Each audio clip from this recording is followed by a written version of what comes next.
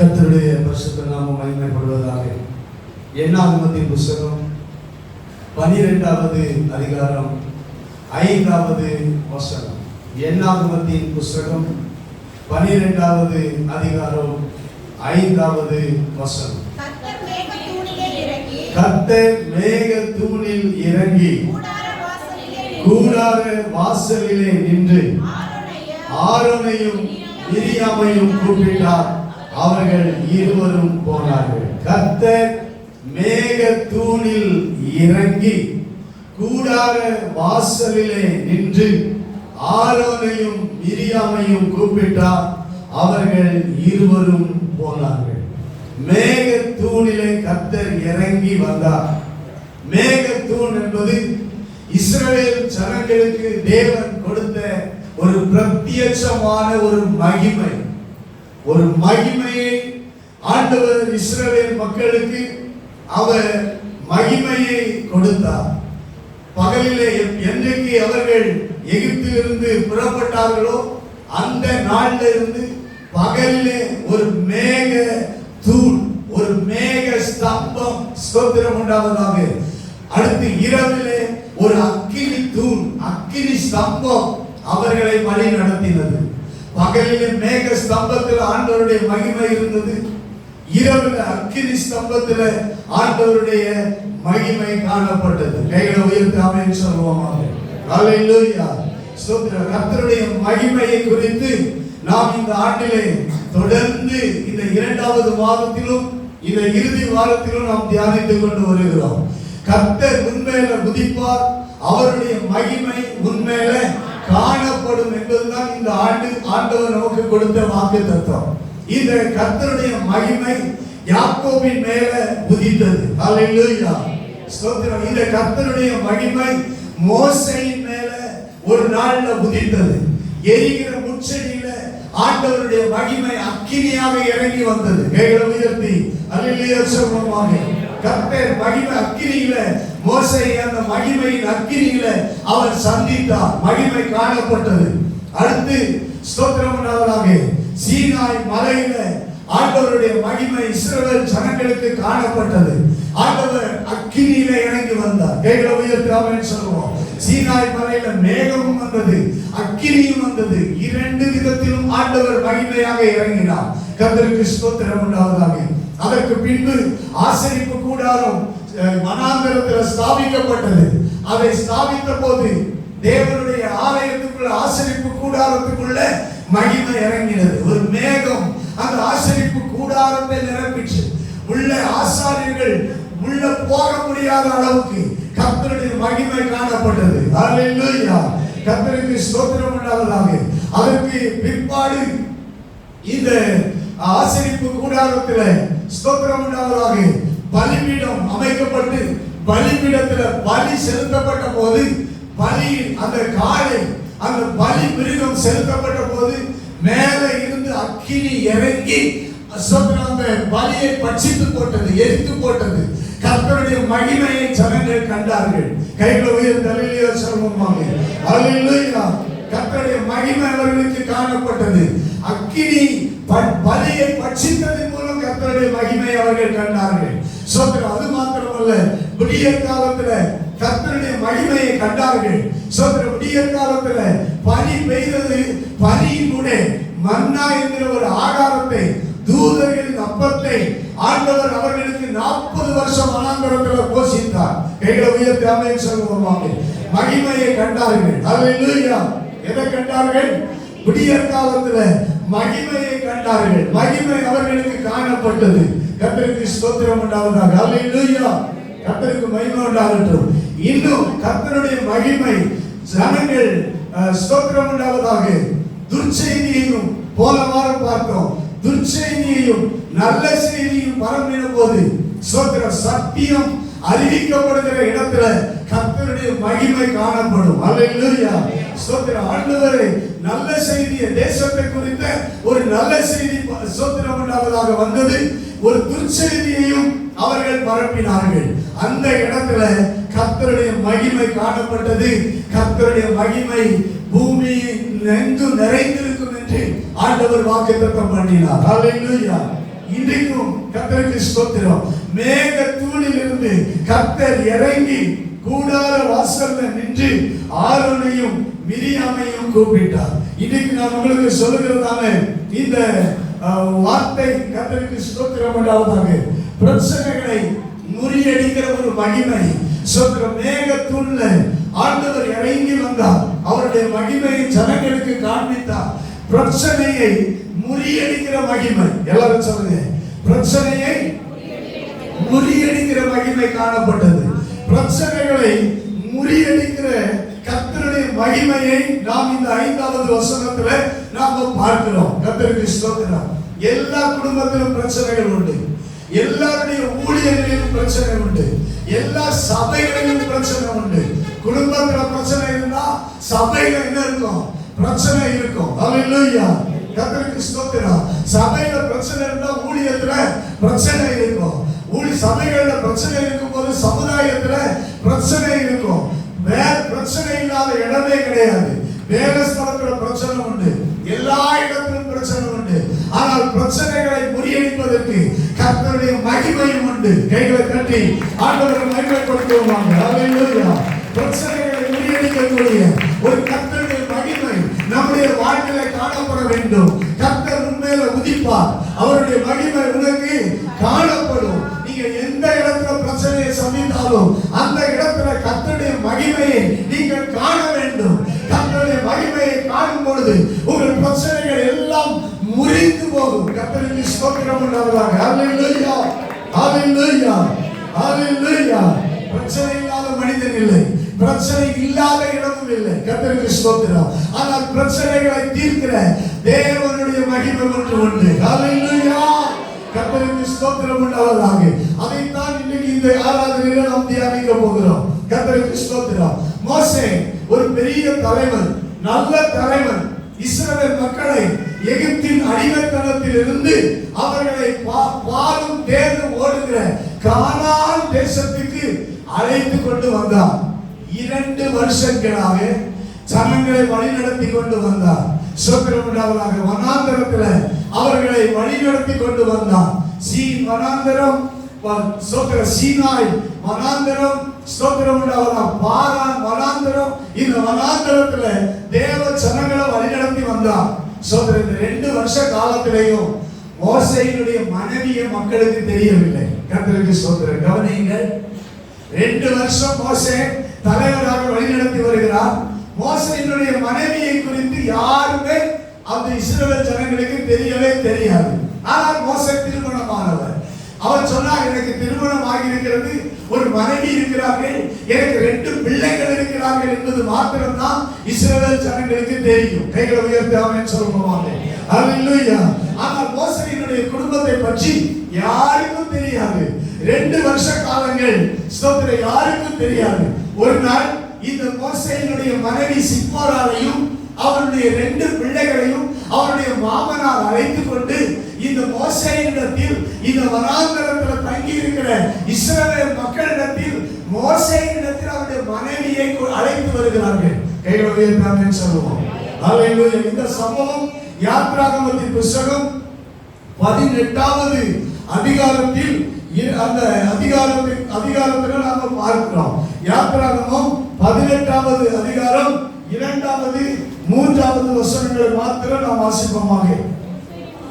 மோசேயின் மாமனாகிய எத்திரோ மோசேயினாலே திருப்பி அனுப்பிவிடப்பட்டிருந்த அவன் மனைவியாகிய சிப்போராளையும் அவளுடைய 2 குமாரரையும் கூட்டிக் கொண்டு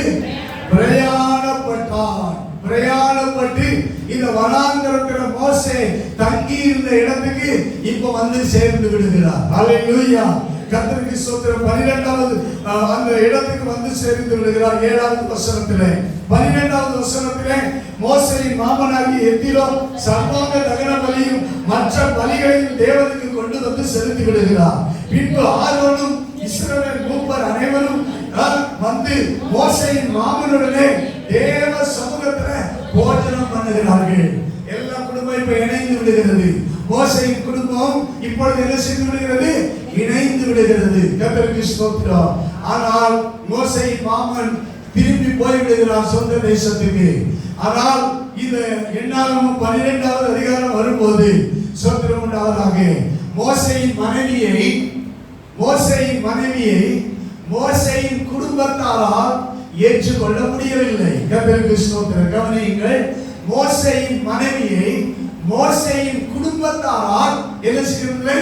ஏற்றுக்கொள்ள முடியவில்லை. கர்த்தருக்கு ஸ்தோத்திரம் உண்டாவதாக. எண்ணாகமம் 12வது அதிகாரத்துக்கு வரும்போது ஸ்தோத்திரம் உண்டாவதாக வாசிக்கிறோம். 1வது வசனம், எத்தியோப்பியா தேசத்து ஸ்திரீயை மோசே விவாகம் பண்ணி இருந்தபடியினால் மிரியாமும் ஆரோனும் அவன் விவாகம் பண்ணின எத்தியோப்பியா தேசத்து ஸ்திரீ நிமித்தம் அவனுக்கு விரோதமாக பேசினார்கள். வேற யாரும் பேசவில்லை. முதலாவது யார் பேசினாங்கன்னா அக்காகாரி பேசினார், அப்புறம் அண்ணன்காரன் பேசினாரு. கர்த்தருக்கு ஸ்தோத்திரம். ஆரோன் மோசேக்கு 3 வயதுக்கு பெரியவர், அண்ணன். கர்த்தருக்கு ஸ்தோத்திரம். இந்த ஸ்தோத்திரம் உண்டாவதாக மிரியாம் இன்னும் மூத்தவள். கர்த்தருக்கு ஸ்தோத்திரம் உண்டாவதாக.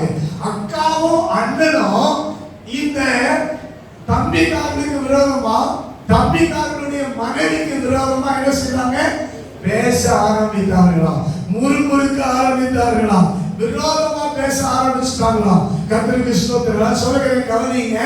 வெளியாட்கள் முதலாவது பேச மாட்டாங்க. யார் தான் பேசுவாங்க? முதல்ல சொல்லுங்க, குடும்பத்தை சேர்ந்தவர்கள் தான் நம்ம பேசுவாங்க. கர்த்தருக்கு ஸ்தோத்திரம். நமக்கு விரோதி வெளியில இல்ல, நமக்கு விரோதி எங்க இருக்கிறாங்க? வீட்டுக்குள்ளதான் இருக்கிறாங்க, வெளியில இல்லைங்க. கர்த்தருக்கு ஸ்தோத்திரம். நம்ம தெருவுல இல்ல, நம்ம கிராமத்துல இல்ல, நமக்கு எதிரி எங்க இருக்கிறாங்க? நம்ம குடும்பத்துக்குள்ளே தான் இருக்கிறாங்க. ஆமென் சொல்லுங்க. ஹல்லேலூயா. மோசேக்கு விரோதி. மோசே ஒரு பெரிய தலைவன். மோசே 2 வருஷம் இஸ்ரவேல் ஜனங்களை எகிப்திலிருந்து அற்புதமாய் வழிநடத்தி வருகிற ஒரு நல்ல தலைவன். ஸ்தோத்திரம். ஆண்டவரால் வழிநடத்தப்படுகிற ஆவிக்குரிய தலைவன். அவனுக்கு விரோதி மக்கள் என்பதை விட அவனுக்கு விரோதி அவன் குடும்பத்தை சார்ந்தவர்கள் தான். அவனுடைய அண்ணனும் அக்காவும் தான் அவனுக்கு முதல்ல எதிரி. கர்த்தருக்கு ஸ்தோத்திரம். ஹல்லேலூயா, ஹல்லேலூயா. நன்கு நாம் தேவனுடைய சத்தியத்தை நாம் அறிந்து கொள்ள வேண்டும். கர்த்தருக்கு ஸ்தோத்திரம். இந்த மோசே 40 ஆண்டுகள் வனாந்தரத்துக்கு போனான் ஆடுகளை மேய்ப்பதற்கு. 40 ஆண்டுகள் அவனுக்கு என்ன நடந்தது என்பதை யாரும் கேட்கல. இவனுக்கு மனைவி இருக்கா? இருக்கு. பிள்ளை இருக்கா? பிள்ளைகள் இருக்கு. அவ்வளவுதான். கர்த்தருக்கு ஸ்தோத்திரம். பார்த்த மாத்திரத்துல இப்பதான் பார்க்கறாங்க. பார்த்தா எத்தியோப்பிய தேசத்து ஸ்திரீ. எத்தியோப்பிய தேசத்து ஸ்திரீ. எகிப்தில் உள்ளவர்கள் அல்ல. எகிப்திலிருந்து இந்த மோசே வெளியே ஓடி போனாரே, எத்தியோப்பிய தேசத்து ஸ்திரீயை திருமணம் பண்ணி இருந்தார். அவர்களால் அங்கீகரிக்க முடியவில்லை, ஏற்றுக்கொள்ள முடியவில்லை, விரோதமாய் மாறினார்கள். கர்த்தருக்கு ஸ்தோத்திரம்.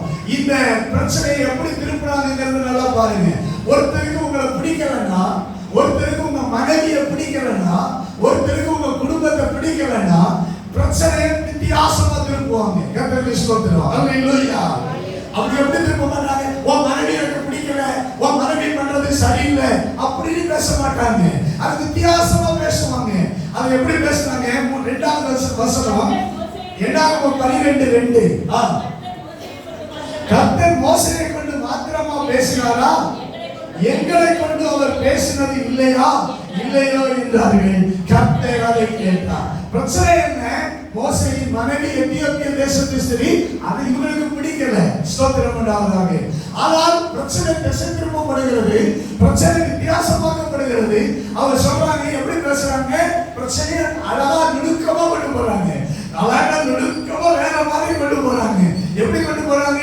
மனைவியை பற்றி பேசினா மோசேக்கு வருத்தம் வந்துடும். 40 வருஷம் மனைவியோட வாழ்ந்தது, 2 பிள்ளைகளை பெற்றவர், பெரிய பிள்ளைங்க. கர்த்தருக்கு ஸ்தோத்திரம். 40 வயசு பிறந்ததுக்கு எத்தனை வயசு சொல்லுங்க? பிள்ளைகளுக்கு 40 வயசுக்கு உள்ள இருக்கிறாங்க. ஸ்தோத்திரம் உண்டாவதாக. ஸ்தோத்திரம். 40 வருஷம் குடும்பம் நடத்திருக்காரு. பிரச்சனை இப்ப மனைவியை விட்டு கொண்டு போனா 40 வருஷம் குடும்பம் நடத்தின வாழ்க்கையில எப்படி இருக்கு யோசிச்சு பாருங்க. பிரச்சனை வித்தியாசமான ரீதிக்கு கொண்டு போறாங்க. எப்படின்னா மோசேயில கர்த்தர் உம்மோட மாத்திரம் தான் பேசினாரா? உம்மை கொண்டு மாத்திரம் தான் பேசினாரா? ஆரோனாக்கி என்னோட பேசலையா? மிரியாமை கொண்டு பேசலையா? அப்படிங்கிற பிரச்சனையை ஆரம்பிக்கிறாங்க. கர்த்தருக்கு ஸ்தோத்திரம் உண்டாகிறாங்க. ஹல்லேலூயா. ஹalleluya. எப்படி போறாங்க? வித்தியாசமான ஒரு கோணத்துக்கு போறாங்க. ஆண்டவர் அப்போ என்னன்னா பிரச்சனையை ஏதாவது ஒரு ரீதியில கொண்டு வரணும். அதுக்கு ஒரு காரணம் கிடைக்கணும். சோதனை அதை எப்படி ஆரம்பிக்கணும்? அப்படி ஆரம்பிக்கணும். கர்த்தருக்கு சோதனை. ஆண்டவர் உன் மூலம் தான் பேசுவாரா? யா மூலமோ பேசினாரே பேசுவார். ஹalleluya சொல்லுங்க. ஹalleluya. ஸ்தோத்திரம் உண்டாவதாக. இப்படிதான் பிரச்சனை ஆரம்பிச்சது. ஆனா ஆண்டவர் அதை கேட்டார். கர்த்தருக்கு ஸ்தோத்திரம் உண்டாவதாக. ஹalleluya. ஸ்தோத்திரம் உண்டாவதாக. கவனிங்க, மோசே ரொம்ப சாந்தம் உள்ள மனுஷன். 3வது வசனம். மோசேயானவன் பூமியில் உள்ள சகல மனிதர்களும் மிகுந்த சாந்த குணமுள்ளவனாக இருந்தான். நீங்க எத்தனை வருஷம் வாழ்ந்தாலும் சரி, உங்க குடும்பம் உங்களை என்ன செய்யும்? வந்தவரை தான் பேசும். மோசே பூமி எங்கும் சாந்த குணமுள்ளவனாக இருந்தான். சாந்த குணமுள்ளவன், மிகுந்த சாந்த குணமுள்ளவனாக இருந்தான். 40 வருஷம் ஆடு மேய்ச்சி 40 வருஷம் அவனுக்கு இருந்த சாந்த குணத்தை பார்த்தீங்கன்னா, யார் என்ன கேட்டாலும் ஆண்டவரேன்னு விழுந்துருவான். கைகளை உயர்த்தாமன்னு சொல்லுவாங்க. யார் என்ன பேசுறாங்க இயேசுவான்னு விழுந்துடணும். அல்லேலூயா. அதான் சாந்த குணம். அதான் சாந்த குணம். ஸ்தோத்திரம். இயேசுவான்னு ஆண்டோட பாதத்துல விழுந்துருவான். ஆண்டோட பாதத்துல. அதான் சாந்த குணம். வேற வார்த்தையே கிடையாது. ஆண்டவரே அவனுக்கு விரோதமாக பேசப்பட்டது, பிரச்சனை வேறு விதமாக எழுப்பப்பட்டது. ஆனால் அவன் சாந்த குணம் உள்ளவன். அல்லேலூயா. மிரியாம் சாந்த குணம் உள்ளவன் அல்ல. ஆரோன் சாந்த குணம் உள்ளவன் அல்ல. மோசே மாத்திரமே பூமியில எல்லா மனிதர்களும் மிகுந்த சாந்த குணம் உள்ளவன். கைகளை உயர்த்தி ஆமென் அல்லேலூயா சொல்லுவோம். அல்லேலூயா. ஏனென்றால் அவன் உருவாக்கப்பட்டவன். 40 வருஷம் உருவாக்கப்பட்டவன். 40 வருஷம் அவன் சாந்த குணத்தில் அவன் நடத்தப்பட்டவன். ஸ்தோத்திரம் உண்டாவதாக. அல்லேலூயா. ஸ்தோத்திரம். அவனுக்கு அன்னைக்கு யாரும் இல்லை. அவனுடைய மாமனார் மனைவி தான், அவனுடைய பிள்ளைகள் தான், வேற யாருமே இல்லை. அவனை ஆதரிக்க யாரும் இல்லை. அவன் ஆடுகளை மாத்திரமே மேய்த்து ஆடுகளுடைய நேரத்தை செலவழித்து ஸ்தோத்திரம் மிகுந்த சாந்த குணமுள்ளவனாக மாறினவன். இரண்டாவது கர்த்தருக்கு ஸ்தோத்திரம் உண்டாவதாக. இந்த மோசே ஸ்தோத்திரம் உண்டாவதாக. 2 வேற்றுமையை நான் உங்களுக்கு சொல்கிறேன். ஸ்தோத்திரம். ஆரோன் ஒரு தீர்க்கதரிசி, மிரியாம் ஒரு தீர்க்கதரிசி. மறுபடியும் சொல்றேன். யார் ஆரோன்? யாரு? தீர்க்கதரிசி. ஆண்டவர் சொன்னார் அவன் வாயோட வந்து பேசுவேன் அப்படின்னார். தீர்க்கதரிசி. மிரியாம் ஒரு தீர்க்கதரிசி. மிரியாம் தீர்க்கதரிசி என்பதை ஸ்தோத்திரம் யாத்திராகமம் 15வது அதிகாரம் 20வது வசனத்துல நம்ம வாசிக்க முடிகிறது. யாத்திராகமம் 15வது அதிகாரம் 20வது வசனம். ஆரோனின் சகோதரியாகிய மிரியாம் என்னும் தீர்க்கதரிசியானவள். மிரியாம் என்னும் தீர்க்கதரிசியானவள். மிரியாம் என்னும் தீர்க்கதரிசியானவள். ஆரோன் மிரியாம் யாரு? தீர்க்கதரிசிகள். கர்த்தருக்கு ஸ்தோத்திரம் உண்டாவதாக. ஆனா மோசே யார் தெரியுமா? தீர்க்கதரிசி கிடையாது. அல்லேலூயா. மோசே ஸ்தோத்திரம். ஆண்டவர் சொல்றாரு ஸ்தோத்திரம் உண்டாவதாக, இவன் உண்மை உள்ளவன். கைகளை உயர்த்தி ஆமென் சொல்லுவோமா? அல்லேலூயா. ஆண்டவர் கொடுத்த சர்டிபிகேட் நீ தீர்க்கதரிசியா இருக்கலாம், ஆனா உண்மை இல்லை. அல்லேலூயா. கவனிங்க, ஆரோன் தீர்க்கதரிசி, ஸ்தோத்திரம் மிரியாம் தீர்க்கதரிசி. ஆனால் அவர்களுக்குள்ள என்ன இல்லை? உண்மை இல்லாதவர்கள். கர்த்தருக்கு ஸ்தோத்திரம். ஆனால் மோசேயோ என் வீட்டில் எங்கும் உண்மை உள்ளவன். கைகளை உயர்த்தி ஆமென் சொல்லுவோமா? அல்லேலூயா. 2 சர்டிபிகேட் ஆண்டவர் கொடுத்தார். கவனிங்கள், நீங்க எல்லாரும் உங்க வாழ்க்கையில ஆண்டவர் உங்களை குறித்து நல்ல சர்டிபிகேட் கொடுக்கணும். சாந்த குணம் உள்ளவன் என்கிற ஒரு சர்டிபிகேட். இரண்டாவது, தேவனுடைய வீட்டில் எங்கும் உண்மை உள்ளவன். ஏன்னா ஆரோன் உண்மை உள்ளவன் அல்ல, மிரியாம் உண்மை உள்ளவன் அல்ல. கர்த்தருக்கு ஸ்தோத்திரம் உண்டாவதாக. உண்மை உள்ளவன் மோசே மாத்திரம்தான் என்று ஆண்டவர் சர்டிபிகேட் கொடுத்தார். அடுத்து பேசினார், தீர்க்கதரிசியா இருந்தால் ஸ்தோத்திரம் உண்டாவதாக. 6வது வசனமும் 8வது வசனத்திலும் ஆண்டவர் சொன்னார், ஒருவன் தீர்க்கதரிசி, உங்களுக்குள்ளே ஒருவன் தீர்க்கதரிசியா இருந்தால் கர்த்தராகிய நான் தரிசனத்தில் என்னை அவனுக்கு வெளிப்படுத்தி சொப்பனத்தில் அவனோட பேசுவேன். தீர்க்கதரிசிக்கு ஆண்டவர் எப்படி பேசுவாரா? எப்படி பேசுவாரு சொல்லுங்க? சொப்பனத்துல தான் பேசுவார், தரிசனத்துல தான் பேசுவார், தரிசனத்துல தான் வெளிப்படுத்துவார், சொப்பனத்துல தான் பேசுவார். சொப்பனம் தீர்க்கதரிசியா இருந்தா 8வது வசனத்துல மறைபொருளாக தான் பேசுவார். நல்லா கவனிங்க, ஒரு தீர்க்கதரிசிக்கு டைரக்டா பேச மாட்டார். எப்படி பேசுவாரு? மறைபொருளா பேசுவார், இன்டைரக்டா பேசுவார். சொப்பனம் தீர்க்கதரிசியா அதை புரிந்து கொள்ளணும். சொப்பனம் ஆனால் என் தாசனாகிய மோசேயோ அவனோடு முகமுகமாக பிரத்யட்சமாக நான் பேசுகிறேன், கர்த்தரின் சாயலை காண்கிறான். அல்லேலூயா. தீர்க்கதரிசிகள பேசுற மாதிரி மோசேயோட ஆண்டவர் பேசல. தீர்க்கதரிசிகள மறைமுகமாக பேசுவாரு, சொப்பனத்துல தான் பேசுவாரு, தரிசனத்துல தான் பேசுவாரு, வெளிப்படையா பேச மாட்டாரு. ஆனால் மோசேயினிடத்தில் தேவன் வெளிப்படையாகவே பேசினார். கைகளை உயர்த்தி அல்லேலூயா சொல்லுவாங்க. அல்லேலூயா. அப்படிப்பட்ட ஒரு மனிதனுக்கு விரோதமாக, அவன் குடும்பத்துக்கு விரோதமாக நீங்கள் பேசுவதற்கு உங்களுக்கு பயம் இல்லாமல் போனது என்ன என்று சொல்லி ஆண்டவர் மேகத்தூண்ல இறங்கி வந்து பேசினார். அல்லேலூயா. அவன் ஆரோனும் சோதரன் நடந்த சம்பவம் உங்களுக்கு தெரியும். ஸ்தோத்திரம் உண்டாவதாக. அல்லேலூயா. நான் இன்றைக்கு சொல்கிறேன், புத்தியீனமாய் அவர்கள் பாவம் செய்தார்கள். இன்னைக்கு நான் மறுபடியும் உங்களுக்கு ஒன்றை மாத்திரம் உங்களுக்கு இன்னைக்கு இந்த காலங்களில் விளக்க விரும்புகிறேன். கவனிங்கள். மீகாவின் புஸ்தகம் 7வது அதிகாரம் 5-6 வசனங்கள். மீகா 7வது அதிகாரம் 5-6 வசனங்கள். சிநேகிதனை நீ விசுவாசிக்க வேண்டாம். சிநேகிதனை விசுவாசிக்க வேண்டாம், வழிகாட்டியை நம்ப வேண்டாம். உன் மடியில படுத்துக் கொள்கிறவர்களுக்கு முன்பாக உன் வாயை திறவாமல் எச்சரிக்கையாக இரு. மகன் தகப்பனை கனவீனப்படுத்துகிறான், மகள் தன் தாய்க்கு விரோதமாகவும் மருமகள் தன் மாமிக்கு விரோதமாகவும் எழுப்புகிறார்கள். மனுஷனுடைய சத்துருக்கள் அவன் வீட்டார் தானே. ஆமென். ஒரே படம் போட்டார். அல்லேலூயா. யாரு சொல்லுங்க, யார் சத்துருக்கள்? அவன் வீட்டார் தான் சத்துருக்கள். ஸ்தோத்திரம் உண்டாவதாக. சிநேகிதன் சத்துருவா மாறுவான், வழிகாட்டி சத்துருவாய் மாறுவான், மனைவியும் சத்துருவாய் மாறுவான், புருஷனும் சத்துருவாய் மாறுவான், தாயும் சத்துருவாய் மாறுவான், தகப்பனும் சத்துருவாய் மாறுவான், மகனும் சத்துருவாய் மாறுவான், மருமகளும் சத்துருவாய் மாறுவான். ஸ்தோத்திரம். மாமியாருக்கும் மருமகளுக்கும் சத்துருவாய் மாறுவார்கள். ஸ்தோத்திரம் உண்டாவதாக. மகன் பெற்றோருக்கு சத்துருவாய் மாறுவான், மகள் தாய்க்கு சத்துருவாய் மாறுவாள். கர்த்தருக்கு ஸ்தோத்திரம். ஒரு மனுஷனுக்கு அவன் வீட்டார் தானே சத்துருக்கள். கர்த்தருக்கு ஸ்தோத்திரம். அல்லேலூயா. நமக்கு யார் சத்துரு இல்லாதவர்? நம்முடைய ஆண்டவர் ஒருத்தர். கைகளை உயர்த்தி அல்லேலூயா சொல்லுங்க. அல்லேலூயா. நமக்கு சத்துரு இல்லாதவர், நம்ம நேசிக்கிறவர், நம்ம சிநேகிக்கிறவர், ஸ்தோத்திரம், நம்ம நம்புகிறவர் யார்னா?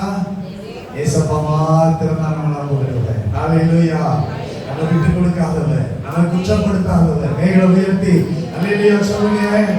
அல்லேலூயா. அல்லேலூயா. அல்லேலூயா. குறை சொல்லாதவர் யாரு? அந்த தேவன் ஒருத்தர் தான் நம்மளை பற்றி குறையே சொல்ல மாட்டார். ஸ்தோத்திரம். ஆனா உலகம் எல்லா குடும்பம் குறை சொல்லும், குடும்பம் குறை சொல்லும். ஸ்தோத்திரம். ஆனா தேவன் நம்மை பற்றி குறை சொல்லாதவர். நீங்க கர்த்தருக்கு ஸ்தோத்திரம் உண்டாவதாக. அல்லேலூயா. நான் சொல்றேன், பைபிள் ஆரம்பத்துல இருந்தே பாருங்க, காயினுக்கும் ஆபேலுக்கும் என்னதான் வந்துச்சு? என்னதான் வந்துச்சு?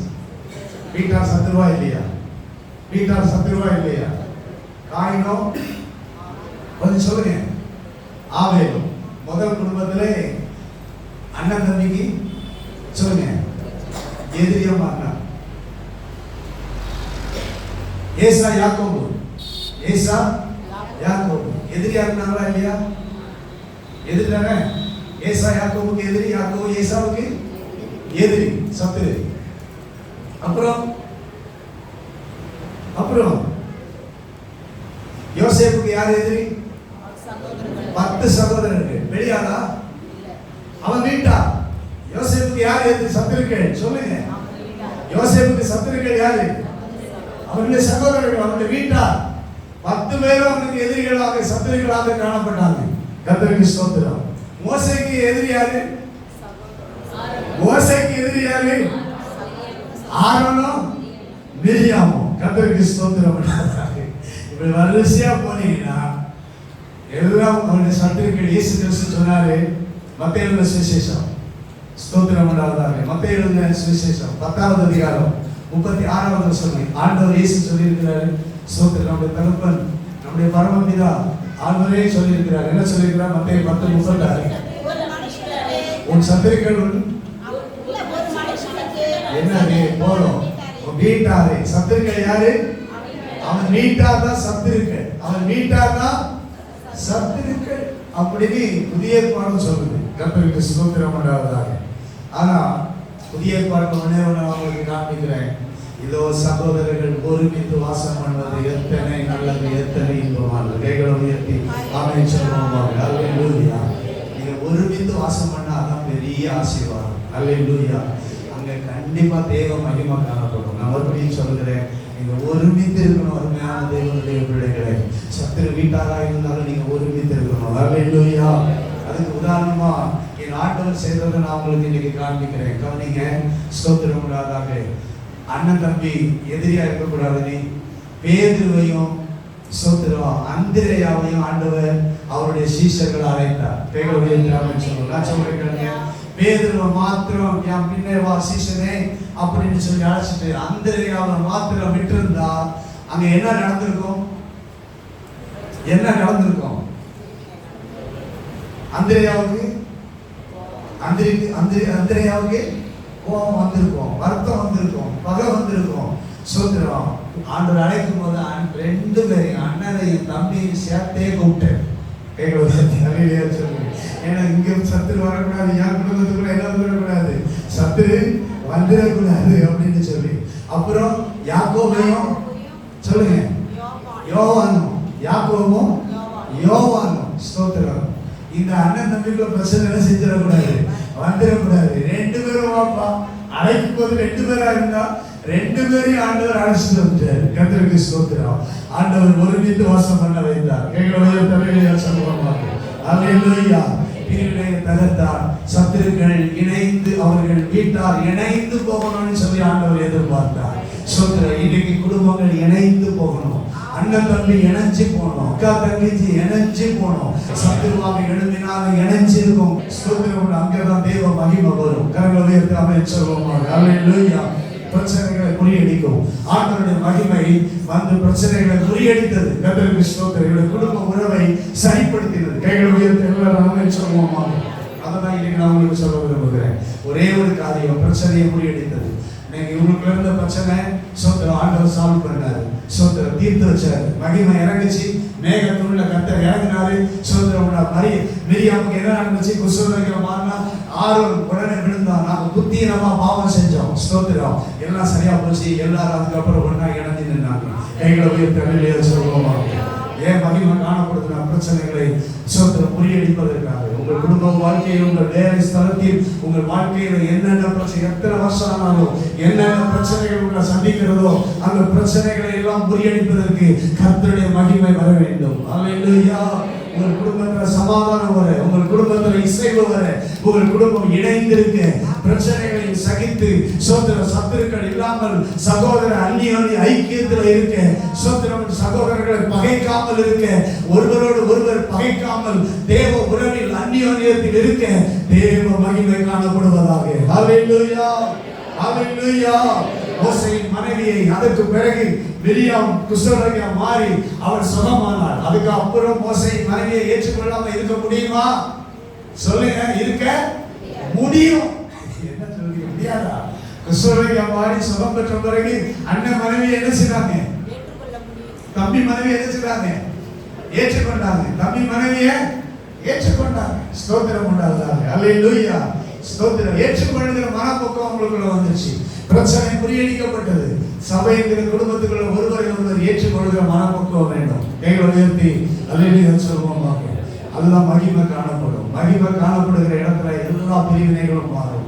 மகிமை காணப்படுகிற இடத்துல எல்லா விரோதங்கள் மாறும். கைகளை உயர்த்தி அல்லேலூயா சொல்லுவோம். மகிமை காணப்படுகிற இடத்துல விரோதமாக பேசுகிறது மாறும். அல்லேலூயா. அல்லேலூயா. அல்லேலூயா. அதனால இன்னைக்கு மகிமை ஆண்டவரே எங்க வீட்டுல இருக்கணும்னு நீங்க ஜெபம் பண்ணணும்.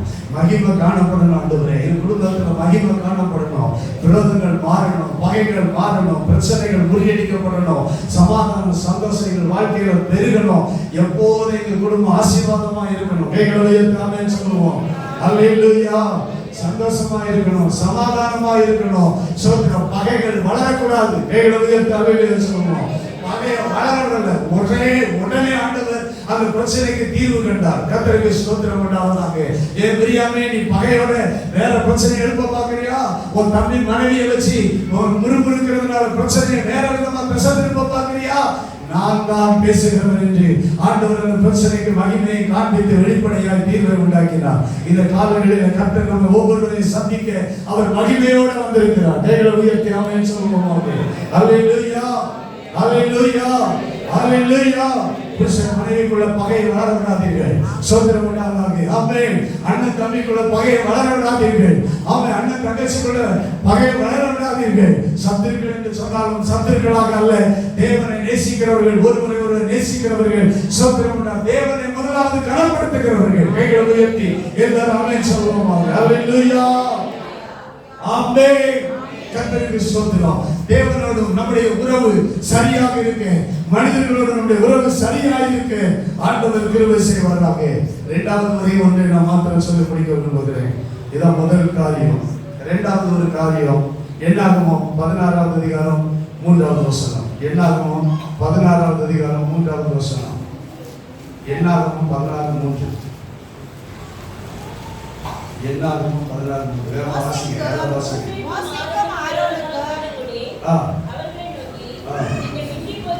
நீங்கள் மிஞ்சி போகிறீர்கள்.